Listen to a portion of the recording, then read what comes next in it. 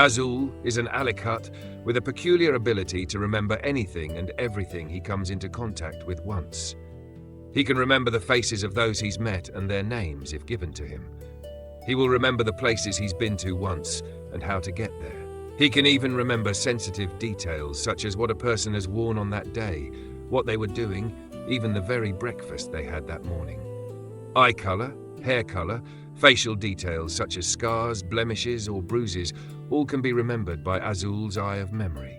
These memories, whether they are directly included to him or not, tend to stick with him permanently, like a stamp of events that he has logged into his mental book of thoughts and visions. His uncanny ability to remember has been with him since he was a small youngkin.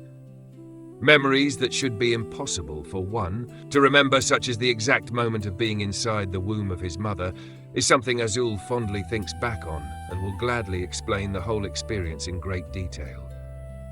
From the time he was born into the world all the way up to now, he remembers everything. Because of his innate ability to remember everything he sees, the priests and scries of the Akunai Empire have sought him out in attempts to get him to join in their ranks.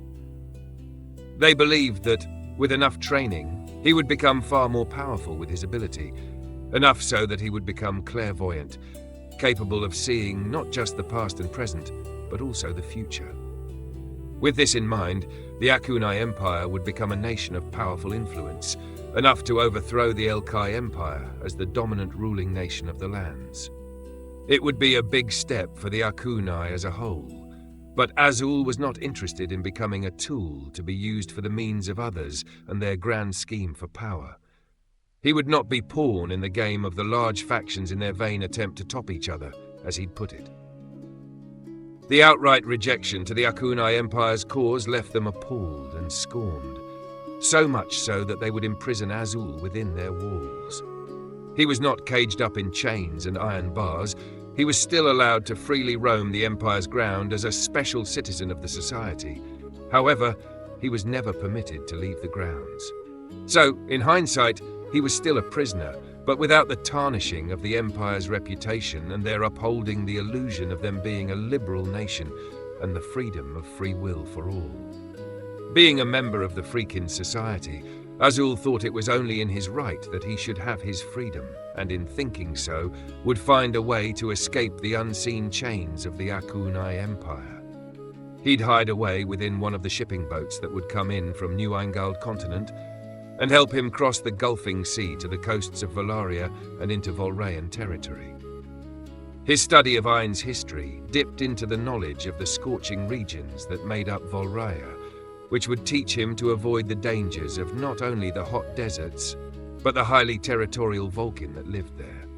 To go unnoticed by not only the Akunai Empire, but other as well, he would undertake a new name and profile. Going by the name Zeal, Azuul would begin his life anew. He altered his appearance, cutting his long dark hair and sporting eye markings that would help change up his face. However, being a uniquely dark-colored Alicut tends to stand out, even in new lands, so Azuul would do his best not to be seen by the public as much as he could help. He had beautiful green eyes that shimmered like the emerald jewels of the deserts and fine, smooth, creamy skin tone. His shoulder-length hair was a shade of a blue that was hard to place, like a dark blue that you would mistake for black with just a simple glance, but come up as a vibrant color once shown in the light. He bore a brilliant smile that would charm, daring to light up anyone's day. All in all, he was perfect for the occupation of an exotic dancer within the scattered desert settlements. As if he had been dancing for years, he quickly earned the favor and coin of the paying patrons and locals that would come to the bazaars and taverns just to see him dance. With gem-green eyes of elicitation, he'd bring in the male audience of all kinds and backgrounds, and with languid motions of the hips and sultry waves of his arms and taut body, he'd keep them seated and enthralled. It was safe to say that he had earned quite a bit from his exotic dancing. However, his penchant for thievery would be the eye of his means of excitement, and the very thing that would land him into trouble.